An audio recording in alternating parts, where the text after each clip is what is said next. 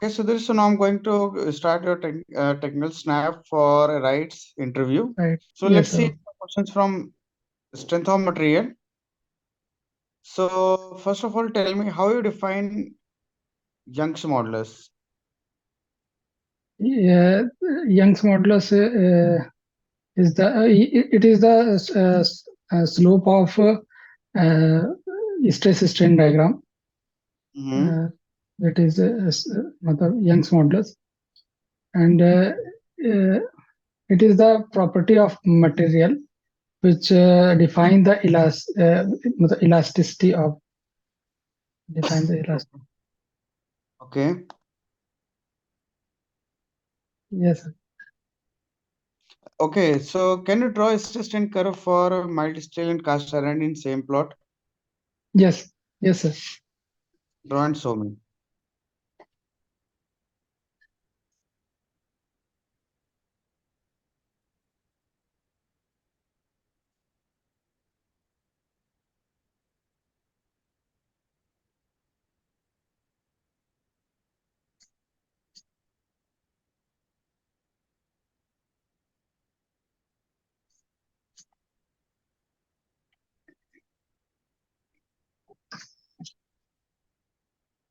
Mm.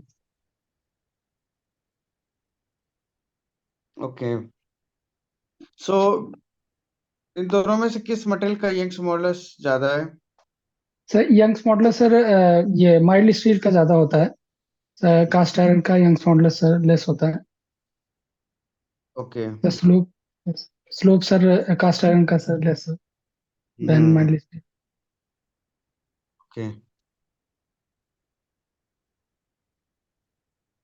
अच्छा, bulk ये Poisson ratio negative हो सकता है क्या कभी?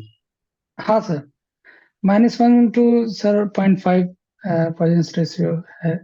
सर निगेटिव हो सकता है, लेकिन सर इसके बारे में सर मेरे को निगेटिव के बारे में कोई मटेरियल का मेरे को आइडिया नहीं, लेकिन सर अच्छा, निगेटिव हो सकता है। यस, नेगेटिव हो सकता है। यस। ओके। अगर नेगेटिव है तो इसका मीनिंग क्या होगा?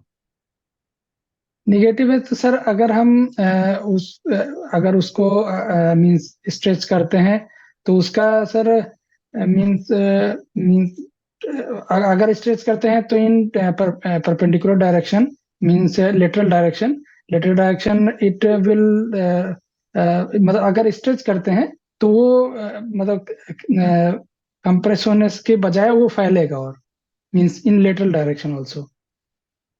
मींस अच्छा। अगर लॉन्गिट्यूडनल डायरेक्शन अगर हम स्ट्रेच करते हैं तो उस डायरेक्शन में इंक्रीज होगा। मींस अगर शाफ्ट है तो डाया इंक्रीज होगा उस डायरेक्शन में भी। Hmm. Sir okay. Means sir Young's ये Poisson ratio sir lateral strain divided by longitudinal strain with negative sign होता है सर। ओके। ओके। सो मान लो कि आपके पास एक bar, let suppose you have a bar which is subjected to a torsion movement, pure torsion, correct? So yes tell sir. me that failure plane, from which plane it get failed if it is made up of brittle material. Sir, first of all, bitter material fail in tension. Mm-hmm. In torsion, the plane means क्योंकि sir मतलब sir at the मतलब at the 45 degree it is मतलब From the sir loading plane. हेलिक्वाइड। हाँ sir, loading अगर हम इस वाले plane में करते तो उसके 45 डिग्री प्लेन पे वो होगा, क्योंकि टेंशन दैट सेक्शन में मैक्सिमम होगा टेंशन, और सेम प्लेन में सर शेयर स्ट्रेस मैक्सिमम होगा, जो ब्रिटल मटेरियल शेयर में हमारा सर मतलब टेंशन से ज्यादा स्ट्रेंथ होती है उसकी, और टेंशन में हम्म। सर कम होती है स्ट्रेंथ ओके। ब्रिटल मटेरियल की। इंस्टेड ऑफ अगर टॉर्शन की जगह डायरेक्ट टेंसाइल लोड लग रहा हो तब कहाँ से फेल होगा? सर टेंसाइल लोड लग रहा होगा तो सर टेंसाइल ब्रिटल मटेरियल का सर तो वो भी 45 पे ही होगा, क्योंकि हम्म। नहीं नहीं सर, टेंसाइल लोड लग रहा है तो सर ब्रिटल मटेरियल तो सर प्लेन से ही मतलब डायरेक्ट फ्रैक्चर होगा, ये ट्रांसवर्स डायरेक्शन ट्रांसवर्सली फेल हो जाएगा। मीन्स मतलब क्रॉस सेक्शनल सर प्लेन से 0 डिग्री। हाँ 0 degree sir, 0 degree. Hmm. Okay. अच्छा, पॉइंट ऑफ कॉन्ट्राफ्लेक्चर क्या होता है? Sir point of contraflexure sir फिर bending moment changes sign, hmm. it is whether positive to negative or negative to positive, means curvature of the beam changes hmm. from hogging to sagging or sagging to hogging. Okay. And you are also doing job in Heavy Engineering Corporation, correct? Heavy HEC. engineering corporation, yes sir. Okay, so ये government sector, government company है ना, ये तो HEC हाँ sir, हाँ sir, public public sector ही है। Public sector है, तो वहाँ पे ऑलरेडी जॉब कर रहे हो, फिर राइट्स में क्यों जाना चाहते हो? सर मैं इसलिए सर जाना चाहता हूँ क्योंकि फिर सर मैं जैसे मैं अभी जॉब जॉब कर रहा हूँ, तो वो मैं सर हैवी फोर्जिंग सेक्शन में हूँ, जिसमें मैं मेंटेनेंस का काम मीन्स करता हूँ। सो हम्म। मैं जो भी है सर करियर ग्रोथ के लिए मैं यहाँ से मैं सर निकलना चाहता हूँ, और किसी मेरे को रेलवे सेक्टर में थोड़ा सा इंटरेस्ट भी है, कि जो हम्म। भी लोकोमोटिव तो जो भी मैं हम्म। ये सब देखता हूँ, इसलिए मेरे को उसमें ज्यादा इंटरेस्ट कौन कौन से है। फोर्जिंग का मेंटेनेंस करते हो आप वहाँ पे? सर मेरे यहाँ जो फैसिलिटी है वो 6,000 टन प्रेस है, ओपन डाई फोर्जिंग प्रेस है, वाटर हाइड्रोलिक और open die forging press 6,000 ton उसकी कैपेसिटी है सर। और सर क्रेन क्रेन है जो कि 250 टन क्रेन्स, 150 टन क्रेन्स, जो कि एंड अदर ऑक्सिलरी क्रेन्स हैं। और सर फर्नेसेस हैं, हीटिंग फर्नेसेस, और इस हीट ट्रीटमेंट फर्नेसेस, जिसमें जो कि डीजल एंड एलपीजी से फायर्ड फर्नेसेस हैं सर। इन्हीं का सर मेंटेनेंस मेंटेनेंस हम्म। करते हैं। तो ओपन टाइप फोर्जिंग प्रोसेस के लिए हाइड्रोलिक प्रेस है वहाँ पे, हाँ उसका मेंटेनेंस हाँ आप सर, करते हो? Maintenance, yes. हाइड्रोलिक प्रेस के अलावा वहाँ ड्रॉप फोर्जिंग भी है क्या? सर ड्रॉप फोर्जिंग है, मींस उसका सेक्शन सर अलग है। मींस सर फोर्जिंग जो प्लांट है, जो कि सर 3 सेक्शन में डिवाइडेड है। हैवी फोर्जिंग जिसमें 6,000 टन प्रेस है, फिर मीडियम फोर्जिंग में 2,650 टन प्रेस है, एंड हम्म। सर और फिर लाइट फोर्ज में जिसमें कि हैमरिंग वाला सर है, जिसमें हम मेरा सर रैक रैक बनता है, रैक एंड पिनियन जो होता है सर, रैक बनता है उसमें, जो कि हम्म। मींस 25 टन से हैमर है, उसको हैमर हम लोग बोलते तो सबसे लार्ज बिगेस्ट सैंपल जो है, सॉरी पार्ट, आपने क्या प्रोड्यूस किया वहाँ पे जो हैं। सर बहुत बड़ा बिगेस्ट साइज का सर है? सर मेरे यहाँ से सर जो मैक्सिमम इनगॉट जो साइज है, जो उसका वेट है वो 120 टन सर वेट है उसका, हम्म। मैक्सिमम जो वेट ऑफ द मतलब कास्टिंग फोर्जिंग मतलब टॉप कास्टिंग टॉप। जो आता है, हाँ हम्म। 120 टन सर। और मिनिमम सर हैवी फोर्जिंग में सर FL20 मतलब ये मीन्स 20 टन, 22 120 टन सर। हम्म। मतलब इस बीच का सर फोर्जिंग 6,000 में तो होता है, कोई और उससे कोई नीचे। पार्ट कोई पार्ट्स का नाम बताइए जो वहाँ पे बनाया हो जो बहुत हैवी हो, जैसे क्रैंक सर शाफ्ट है, कनेक्ट। हाँ हाँ सर, वो तो सर जैसे जैसे मैरिन में हमारा मैरिन में जैसे मीन्स रॉल्स रॉल्स यूज होता है, अ, और जो कि वो रॉल्स वो यूज करते हैं उसको क्रैंक शाफ्ट बनाने के लिए फाइनली। तो यहाँ सर वो फोर्जिंग होके जाता है और फाइनल वहां बनता है।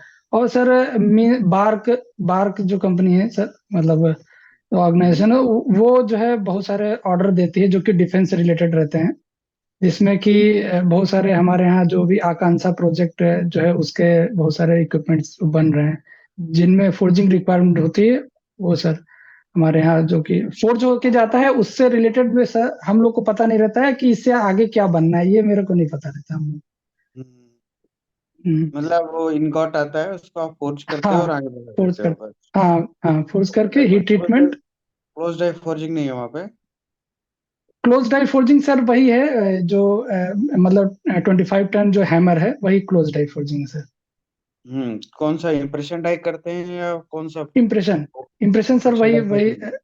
हाँ इम्प्रेशन सर वो उसमें वही रैक रैक बनाते हैं। हम्म। अच्छा, तो थोड़ा सा आपको ना प्रोडक्शन पढ़ना पड़ेगा, क्योंकि आप हाँ जॉब कर रहे हो पिछले 5 साल से, ठीक है? हाँ हाँ सर, सर मेरे को भी तो वो यही यही थोड़ा सा। आपसे इंटरव्यू में स्ट्रेंथ ऑफ मटेरियल कोई नहीं पूछ रहा, हाँ सर। है ना। वो आपसे आपकी जॉब में ही पूछेंगे कि आप कहाँ जॉब करते थे, आपको वर्क प्रोफाइल क्या है। फिर हाँ सर। इसी में क्वेश्चन पूछते जाएंगे, फोर्जिंग कौन सी फोर्जिंग करते थे, है ना, उसमें प्रेस कौन सी लगी थी, हाँ मेंटेनेंस सर। किस तरीके का होता था, टाइप्स ऑफ मेंटेनेंस बताओ क्या है, प्रिवेंटिव मेंटेनेंस प्रिडिक्टिव मेंटेनेंस में क्या डिफरेंस प्रोडक्टिव। है हाँ ना। सर। हाँ सर। तो कुछ इस तरीके से आपसे क्वेश्चन पूछे जाएंगे ज्यादातर क्वेश्चन, ठीक हाँ है। सर। और इवन फोर्जिंग का यूज तो रेलवे में भी काफी है ना, हाँ सर फोर्जिंग वो। वेल्डिंग काफी हाँ यूज है। सर हाँ सर, उसका उसका जो हमारा सर साफ्ट और जो व्हील, ये भी फोर्स्ड ही होता है। हाँ, फोर्ज व्हील करके ही बनाया जाता है, जो फोर्स्ड एक्सेल व्हील। है। एक्सेल, एक्सेल हाँ and sir, wheel, axle. Axle. हाँ सर, एक्सेल भी एक्सेल व्हील हमारे यहाँ सर, कॉन्सेप्ट है, एक्सेल भी सब बहुत मिलकर सारे। बनाया है। हाँ, एक्सेल भी सर मीन्स बनता है। हम्म। ओके। अच्छा, एक्सेल और सॉफ्ट में क्या डिफरेंस है? एक्सेल सर, सॉफ्ट सर है कि वो मेनली डिजाइन किया जाता है टॉर्सनल, मतलब लोड के लिए सॉफ्ट। लेकिन सर एक्सेल है जो कि हम ट्रांसवर्स, मतलब बेंडिंग फोर्स भी वो रजिस्ट करता है। बेंडिंग हम्म। फोर्स नॉन जो रोटेटिंग एलिमेंट है जो बेंडिंग ना, लोड को हाँ, रजिस्टर करता बेंडिंग लोड को भी सर मींस वो है। मेनली वो फटीग लोड लोड बियर करता है। अच्छा, फोर्जिंग करने से ऐसी क्या प्रॉपर्टी इनहेंस हो जाती है कि हम इसको मशीनिंग करके ना बना के फोर्ज करके बनाना ज्यादा प्रेफर करते हैं? Mainly sir casting, starting sir process तो कास्टिंग है। अगर हम कास्ट डायरेक्ट हम कास्टिंग से अगर हम साफ्ट बनाते हैं तो उसमें हम्म। यूनिफॉर्म प्रॉपर्टीज जैसे हम हर चीज में एज्यूम करते हैं होमोजेनियस एंड आइसोट्रोपिक। तो हम्म। होमोजेनिटी नहीं रहती है कास्टिंग से। मीन्स क्योंकि कूलिंग रेट सर अलग रहता है, बाहर सरफेस का कूलिंग जल्दी से होता है, उसका ग्रेन हमारा फाइन रहते हैं, जो कि ब्रिटल थोड़ा सा रहता है। और जैसे जैसे अंदर जाते हैं सेंट्रल पॉइंट तक, तो फिर वो डक्टिलिटी उसके अंदर आ जाती है। मीन्स ग्रेन, मतलब लार्जर ग्रेन बनते हैं हीटिंग के कारण। हम्म। तो इसीलिए इसीलिए हम फोर्जिंग करते हैं, जिससे कि वो उसमें यूनिफॉर्म ग्रेन मीन्स जो हमें प्रॉपर्टीज जिस डायरेक्शन में चाहिए उस डायरेक्शन में हमारी फोर्जिंग करके उस डायरेक्शन की प्रॉपर्टी हम देते हैं, जो कि उस डायरेक्शन में फेल ना हो अगर हमारा जो हमें तो चाहिए उस। डायरेक्शन जो प्रॉपर्टी इसको कहते क्या है? Sir direction property sir homogeneous, homogeneous anisotropic. And isotropic, yes. Directional, directional मतलब एक पर्टिकुलर डायरेक्शन की प्रॉपर्टी आप इनहेंस कर रहे हो। It means yes sir. Anisotropic nature का मटेरियल बना रहे हो। Yes sir. Correct. Yes sir, जैसे जैसे सर अब अगर हम होमोजेनियस क्या मतलब, देखो होमोजेनियस आइसोट्रॉपिक बोलोगे सब जगह सेम प्रॉपर्टी होगी, ठीक है। हाँ सब जगह से। जब आप बोलोगे कि डायरेक्शनल आप बना रहे हो, इट मीन्स कि आप नॉन होमोजेनिटी की तरफ जा रहे हो, एनाइसोट्रॉपिक की तरफ जा रहे हो। Isotropic, yes. एनाइसोट्रॉपिक। और मेन रीजन आइसोट्रोपिक क्या है, फोर्जिंग का मेन रीजन क्या है? मेन अगर हम रीजन है सर उसका। कटिंग और हाँ, फोर्जिंग में कंपेयर करें तो फोर्जिंग को क्यों प्रेफर किया गया? सर फोर्जिंग को इसलिए प्रेफर करते हैं क्योंकि सर जैसे जैसे फॉर एग्जांपल अगर हम माइल्ड स्टील में उसको अगर हम वर्क उस पे करते हैं, जैसे वर्क हार्डनिंग रीजन होता है हर एक मटेरियल का, एक वर्क हार्डनिंग कोई भी वर्क हार्डनिंग रीजन होता है सर। तो वर्क हम्म। हार्डनिंग करने से उसमें प्रॉपर्टीज मींस इंक्रीज होती हैं, जैसे यील्ड स्ट्रेंथ इंप्रूव होती है सर। यील्ड स्ट्रेंथ हम्म। इंप्रूव होती है। मीन्स अगर हम जितना ज्यादा वर्क उस पे करेंगे वो यील्ड स्ट्रेंथ और वो इम्प्रूव होती जाएगी उसकी। हम्म। यील्ड स्ट्रेंथ अगर हम इम्प्रूव हो जाती है तो उसकी फटीग कैपेबिलिटी भी इंक्रीज हो जाएगी। और फटीग हम्म। कैपेबिलिटी सर उससे भी अगर हमारा होमोजेनिटी ज्यादा है तो उससे भी फटीग स्ट्रेंथ ज्यादा इंक्रीज हो जाती है, क्योंकि डिफेक्ट्स हम्म। नहीं रहेंगे सर। पोरोसिटी सर उसमें एलिमिनेट हम कर देते हैं, जो कि हमारा कास्टिंग में पोरोसिटी आती है, ये सब। हम्म। हाइड्रोजन एम्ब्रिटलमेंट भी सर उसमें रिड्यूस होता है, रिड्यूस करते हम्म। हैं। हाइड्रोजन एम्ब्रिटलमेंट की वजह से पोरोसिटी आती है, पिनहोल पोरोसिटी। पोरोसिटी। हाँ। पिनहोल पोरोसिटी, पोरोसिटी अलग है, पिनहोल पिन। पोरोसिटी अलग है, ठीक हाँ, है ना। तो पिनहोल पोरोसिटी मतलब बहुत माइनर डिफेक्ट है जो फोर्जिंग करने से रिमूव हो जाएगा। रिमूव हो जाता है, यस। ना, इवन ब्लो होल्स वगैरह भी अगर डिफेक्ट्स हो ब्लो रिमूव होल्स। करेंगे। हाँ सर। और जो सबसे बड़ा मेन रीजन है कि मेटल फॉर्जिंग करने से मटेरियल में स्ट्रेन हार्डनिंग होता है, इसकी वजह से यस। उसमें स्ट्रेंथ इनहेंस हो जाती है। यील्ड स्ट्रेंथन है। स्ट्रेंथ आपने कहा ना, यील्ड स्ट्रेंथ बढ़ जाती है। Yes sir. ठीक है। अच्छा, और क्या क्या इंप्रूव होता है? चलो, एक तो यील्ड स्ट्रेंथ हो गया। यंग्स मॉडल्स में क्या चेंज आएगा? सर यंग्स मॉडल्स में sir increase sir I think नहीं आता है, क्योंकि सर वो स्लोप सर वही रहता है। यंग्स अब मॉडल्स में सर ये स्लोप मेरे को सेम याद नहीं है सर, मतलब ये मेरे को सेम लगता है रहता है, सर सही यंग्स। कह रहे हो। हाँ सर। एक काम करना, एक मेरा लेक्चर है। हाँ सर बताइए। उस लेक्चर को देखना। स्ट्रेस स्ट्रेन डायग्राम पे मतलब मैंने तो पूरा स्ट्रेंथ ऑफ मटेरियल का ही रिकॉर्ड किया है। मैराथन सेशन है, इंजीनियर्स करियर पॉइंट चैनल है हमारा यूट्यूब का, उसमें। अच्छा। ठीक है। मैराथन सेशन है, 5-6 आवर्स का है। उसमें अच्छा। स्पेशली वो रीजन को देखना, अगर चाहते हो रिवीजन करना जिसमें प्रॉपर टेक्निकल वर्ड्स बोल सको, क्योंकि हाँ आपको सर। नॉलेज है, पहले से पता है चीजें। लेकिन ना वो जो एक्सप्लेनेशन होता है ना, जो जिस तरीके का, बस वो वर्डिंग अच्छा। नहीं आ रही है, बाकी तो नॉलेज तो है ना। तो एक बार हाँ देख सर लोगे वो। ना तो अप्रोप्रिएट वर्डिंग आएगी। जैसे Saxena sir classes. Sir engineers कौन? Career point. अच्छे। Engineers career. मुझे हाई लिख के भेज देना, मैं शेयर कर दूंगा। अच्छा ठीक है सर, ओके। ठीक है ना, मैं शेयर कर दूंगा, कोई इशू नहीं है। तो वो थोड़ा सा देख लेना। Stress strain diagram is very important for strength of material point of view as well as metal forging point of view. दोनों के लिए बहुत इंपॉर्टेंट है, करेक्ट। And yes. स्पेशली ये वाला पॉइंट, ये मैंने स्पेशली डिस्कस किया है कि अगर मटेरियल को हम प्लास्टिकली डिफॉर्म करके अनडिफॉर्म करें और फिर से रीलोड करें, तो उसकी कौन कौन से कैरेक्टरिस्टिक्स में चेंज आते हैं। ठीक है। यस। तो यस। वो चीजें आप देखोगे तो काफी अच्छा एक्सप्लेन कर पाओगे। एक प्रोसेस होती है skin passing, specially metal industry में, आयरन में किया जाता है, स्टील में। वो क्या कहलाता है स्किन पासिंग? सर ये इसके बारे में आइडिया नहीं है सर, इसके पास। आपने देखो, आपने स्ट्रेन कर्व ड्रॉ किया ना। Yes sir. देखो आप उसमें, अगर मैं एक लाइन ड्रॉ करूँ सपोज आपके यील्ड स्ट्रेंथ से जस्ट थोड़ा नीचे, यस आप सर। ड्रॉ कर दो, फिर पता चलेगा। यील्ड स्ट्रेंथ से थोड़ा नीचे एक लाइन ड्रॉ कर दो। हाँ हाँ, मतलब ईल्ड देखोगे, ईल्ड सर अपर ईल्ड, मतलब कौन से? अपर यील्ड से थोड़ा नीचे, अपर यील्ड से नीचे हाँ हाँ। हाँ ड्रॉ ठीक कर है दिए। सर। अब देखो, एक एक ही पर्टिकुलर स्ट्रेस में मल्टीपल स्ट्रेंस मिल रही हैं। इस लाइन ने कर्व को कई जगह इंटरसेक्ट किया होगा, एटलीस्ट 3 जगह तो किया ही होगा। सर कैसे नहीं समझ में आया सर? मुझे सर दिखाओ। मतलब।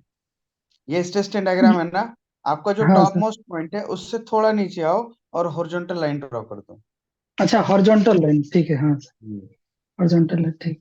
हाँ मतलब ड्रॉ तीन कर दिए। पॉइंट पे सर करके। 3 पॉइंट पे। इसका मतलब क्या है कि एक पर्टिकुलर स्ट्रेन में 3 स्ट्रेन मिल रही हैं। हाँ। हाँ और सर। सपोज आपको लास्ट वाला स्ट्रेन चाहिए, हाँ।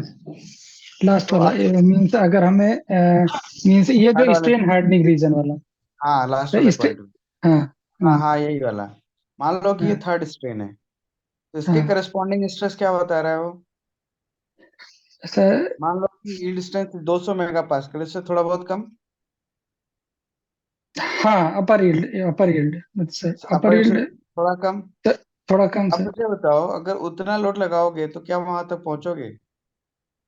नहीं सर, वहां वहां तक सर नहीं पहुंच सकते हैं, क्योंकि क्रॉस ही वो नहीं तो। होगा, अपर यील्ड ही नहीं क्रॉस करोगे तो वहां कैसे पहुंचोगे?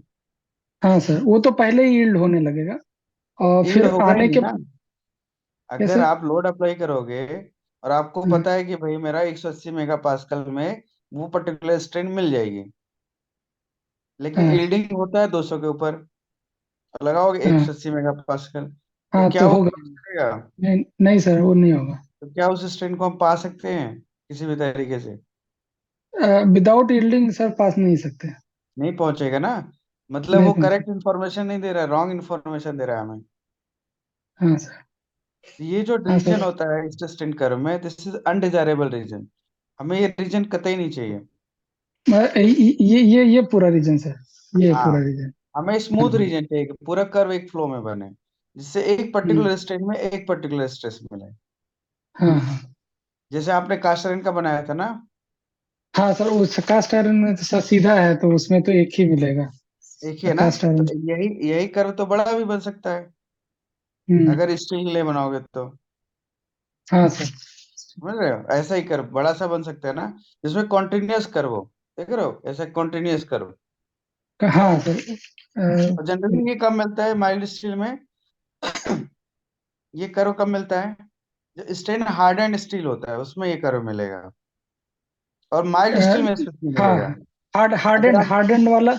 Yes sir. है ना, अगर आप हाँ। इसी को, यही मटेरियल को अगर मीडियम कार्बन स्टील है उसके लिए कर्व ड्रॉ करोगे, कैसे कर्व बनेगा? Medium medium carbon. हम्म। तो उसमें ये लोअर ओवर यूनिट पॉइंट कुछ नहीं दिखेगा, थोड़ा सा सर वो नहीं रहेगा, हाँ। एकदम स्मूथ कर्व बनेगा। हाँ तो स्मूथ कर्व सर, बनने तो का मतलब क्या है कि एक पर्टिकुलर स्ट्रेस में एक पर्टिकुलर स्ट्रेन मिलना। स्ट्रेन मिलेगा। ठीक है ना? हाँ सर। तो स्किन पासिंग इसी को हटाने के लिए प्रोसेस होती है। अच्छा क्या करते हैं सर, हम मतलब स्टील इस को, पर, हाँ, देखो एक स्ट्रेस पे, हाँ, एक ही स्ट्रेन देखो, मिले। हाँ जैसे देखो मैं क्या कह रहा हूँ कि मान लो सीट है, ठीक है, उसको आप रोलिंग कर रहे हो, ठीक है, तो आप क्या करो कि 0.01 मिलीमीटर की आप रोलिंग कर दो, 0.01 मिलीमीटर रिड्यूस कर दो हाइट। तो हाँ अपर ईड पॉइंट से स्लाइटली प्लास्टिक डिफॉर्मेशन में गया, बहुत जरा सा, हाँ वहां से मटेरियल को अनलोड कर दो। ठीक है, हाँ। तो अनलोड करोगे तो कर्व कैसा फॉलो करेगा? एग्जैक्टली जो आपने स्टार्टिंग में ड्रॉ किया था कर्व, उसी के पैरेलली मूव करेगा अनलोडिंग कर्व। हाँ सर, मीन्स अगर हम मतलब स्लाइटली अगर प्लास्टिक डिफॉर्मेशन, मतलब यहाँ यहाँ तक हम जाके फिर से अनलोड कर दें। हाँ कर मीन्स। दो अनलोड, लाइन ड्रॉ कर दो, हाँ इसी की पैरेलल लाइन ड्रॉ कर दो। जो प्रोपोर्शनल लिमिट वाली लाइन है ना, इसी के पैरेलल एक लाइन ड्रॉ कर दो इस हाँ। पॉइंट से। तो अनलोडिंग में नीचे आ गया। अनलोडिंग में सर, देखो हाँ कुछ, नीचे आ जाएगा। तो देखो कुछ अमाउंट का परमानेंट स्ट्रेन बचा है कि नहीं? सर ये चीज सर नहीं समझ में आया कैसे, मतलब हम पैरेलल में सर हाँ, लाइन ड्रॉ अब कर दिए। नीचे देखो ना, स्ट्रेन वाली लाइन में देखो, स्ट्रेन वाली लाइन में हाँ तो दोनों हाँ लाइन पैरेलल हैं। हाँ जो सर। प्रोपोर्शनल लिमिट वाली लाइन है दोनों पैरेलल हैं। हाँ सर। ठीक है, इसने स्ट्रेन वाली लाइन को कहीं पर टच किया, देखो नीचे नीचे, स्ट्रेन वाली लाइन। स्ट्रेन वाली लाइन सर, नहीं ये नहीं, तो इस तो पे वो जो आपने अभी दूसरी लाइन जो ड्रॉ करी है उसने टच किया ना। हाँ, इसी लाइन ने नीचे की हाँ, तरफ, उस नीचे, ऊपर ऊपर स्ट्रेन टच वाली, किया। ऊपर नहीं, स्ट्रेन वाली अनलोड करोगे तो नीचे आएगा ना, हाँ हाँ सर, वो अनलोड करेंगे तो सर नीचे आएगा। नीचे इस लोड इस रिलीज कर रहे डायरेक्शन। हो, तो देखो नीचे, मतलब अरे ऊपर कहाँ जा रहे हो, नीचे टच करो ना स्ट्रेन वाली का लाइन में। स्ट्रेन वाली लाइन कौन सी है? स्ट्रेन वाली अरे सर ये है। स्ट्रेन कोऑर्डिनेट, हाँ इसमें नीचे देखो, हाँ दूसरा पॉइंट आपको मिला कि नहीं मिला जब आपने अनलोडिंग कर्व ड्रॉ किया तो दोनों के बीच में गैप है कि नहीं, लोडिंग और अनलोडिंग गैप?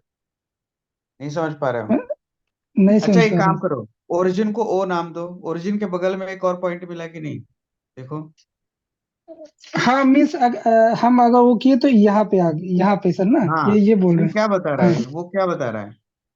ये परमानेंट स्ट्रेन को बता रहा है। परमानेंट, हाँ सर परमानेंट डिफॉर्म हो गया इतना। उसके पहले वाली स्ट्रेन तो सब रिलीज हो गई। अब अगर फिर से लोड करोगे सैंपल को यहीं हाँ से, सेम डायरेक्शन में, तो अब हाँ जो सर। डिफॉर्मेशन बनेगा स्मूथ कर्व बनेगा, और ये आपका ये सब नहीं रहेगा, लोअर अपर एड पॉइंट नहीं रहेगा। अच्छा हाँ हाँ सर, वो हाँ हाँ, ये सर समझ गया। ये तो यही प्रोसेस कहलाती है स्किन पासिंग। मतलब नंबर ऑफ टाइम्स अगर हम जैसे सर फिर से हम वो किए, नहीं नहीं, अब मीन्स कई एक। बार नहीं करना, एक बार कर लिया है पर्याप्त है। अब जब रीलोड करोगे तो सेम पाथ फॉलो करेगा ना, पाथ अलग नहीं बनेगा, हाँ हाँ। सेम पाथ फॉलो करेगा। और जहां से अनलोड किया हो वही आपका न्यू लोडिंग पॉइंट हो, न्यू यील्ड पॉइंट होगा। Need points. हाँ सर। ठीक है, तो ये चलो कोई नहीं, वो वहां पे देख लोगे तो आपको समझ में आ जाएगा। तो ये जो प्रोसेस होती है इसको बोलते हैं स्किन पासिंग, क्या कहते हैं? Screen pass. Skin passing. अब आपको हर पॉइंट पे एक ही पर्टिकुलर स्ट्रेन मिलेगा हर स्ट्रेस पे। हाँ सर। अब हमारे लिए वर्क करना आसान हो गया ना, कि अगर कोई पर्टिकुलर स्ट्रेन चाहिए था हम उतना ही डेटा फीड करेंगे मशीन में और हमें रिजल्ट मिल जाएगा डिफॉर्म करके। हाँ सर। तो ये सारी चीजें काफी बढ़िया चीजें होती है जो इंटरव्यू में काफी पूछे जाएंगे। कुछ। हाँ आप सर। एमटेक कर रहे हो तो एक्सपेक्ट करेंगे कि आपको इतना तो ज्ञान होगा ही। और हैवी इंजीनियरिंग कॉर्पोरेशन वर्क भी कर रहे हो, जो कि मेटल पे और स्पेशली फोर्जिंग पे डील करता है। ठीक यस है। सर। तो कोई नहीं, देख लेना, कोई बड़ी चीज नहीं है। ठीक है ना। ठीक। ठीक है। तो एक तो सारी मैकेनिकल प्रॉपर्टी, एक होता है रेजिलियंस, एक होता है टफनेस। यस ठीक है। करेक्ट। तो क्या होता है रेजिलियंस और इसका एप्लीकेशन क्या है? Sir, resilience sir, strain energy absorb by material up to the elastic limit को सर रिजिलियंस बोलते हैं।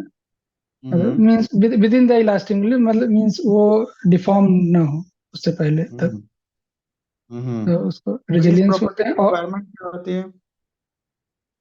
Sir resilience sir means sir requirement है कि हम सर कोई भी चीज, जैसे मान लिया स्प्रिंग है सर, तो स्प्रिंग में हमारा स्प्रिंग रिजिलियंट होना चाहिए, क्योंकि अगर वो डिफॉर्म हो जाएगा तो फिर वो अपना शेप रिगेन नहीं कर पाएगा। और ये बनाते कैसे हैं रेजिलियंट मटेरियल? रिजिलियंट मटेरियल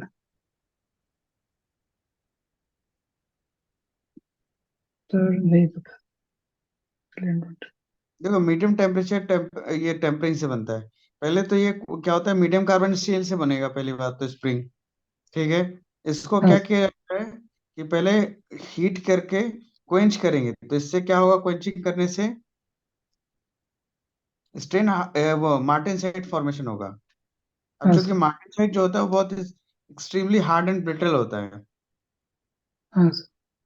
ठीक है ना। हाँ, तो मार्टिन इसको साइड। Medium yes. टेम्परेचर टेम्परिंग कर देते हैं। तो मीडियम टेम्परिंग। टेम्परिंग कर देते हैं तो वो रेजिलियंस बढ़ जाती है उसकी। और फिर इसी को स्प्रिंग बनाने के लिए यूज किया जाएगा, हाँ। Yes sir. Specially railway wagon वगैरह के लिए। रेलवे में स्प्रिंग लगती है ना, तो ये हाँ सर। प्रॉपर्टी जरूर पूछा जाएगा, तो इसको बहुत अच्छे से पढ़ना रिजिलियंस सर। ओके। है ना, क्योंकि स्प्रिंग बनाने का काम आता है और रेलवे में भर भर के लगी होती है स्प्रिंग, हर पहिए में लगी हाँ। है कि नहीं? हाँ सर। ठीक है। और देखो, रेजिलियंस का फॉर्मूला क्या होता है, sigma square upon 2E। Sigma square by 2 है। यस। ठीक है, इसका मतलब क्या होना चाहिए कि आपसे पूछा है कि व्हाट इज रेजिलिएंट मटेरियल, तो क्या बोलोगे, a material which has higher strength and low Young's modulus. Higher strength and low Young's modulus. Hmm. तो अभी जो मैंने बताया ना कि मटेरियल को लोड करके अनलोड करते हैं, फिर से रीलोड करते हैं, तो जब रीलोड करोगे तो उसका यील्ड स्ट्रेंथ बढ़ जाता है। हाँ। लेकिन यंग्स मॉडुलस क्या होता है, सेम रहता है। सेम रहता है, सब स्लोप तो सेम रहता है। इसका मतलब क्या हुआ, रेजिलियंस बढ़ गया है ना। हाँ, सिग्मा मतलब बढ़ यील्ड गया, स्ट्रेंथ बढ़ गया तो यंग्स मॉडुलस सिग्मा सेम बढ़ रहा, गया। हाँ सर, ये है कि मतलब नहीं? हाँ सर, है कि रिजिलियंस नहीं? बढ़ जाता है। हाँ रेजिलियंस सर। बढ़ेगा। तो इस तरीके से आप उनको बता सकते हो कि रेजिलियंस देखो ऐसे बढ़ता है। हाँ। और रेजिलिएंट मटेरियल क्या होता है, जिसका स्ट्रेंथ ज्यादा हो, यंग्स मॉडुलस कम हो। स्ट्रेंथ है ना। ज्यादा हो और यंग्स मॉडुलस कम। यस। ठीक है ना। तो इस तरीके से आप इसको जस्टिफाई कर सकते हो। ठीक है।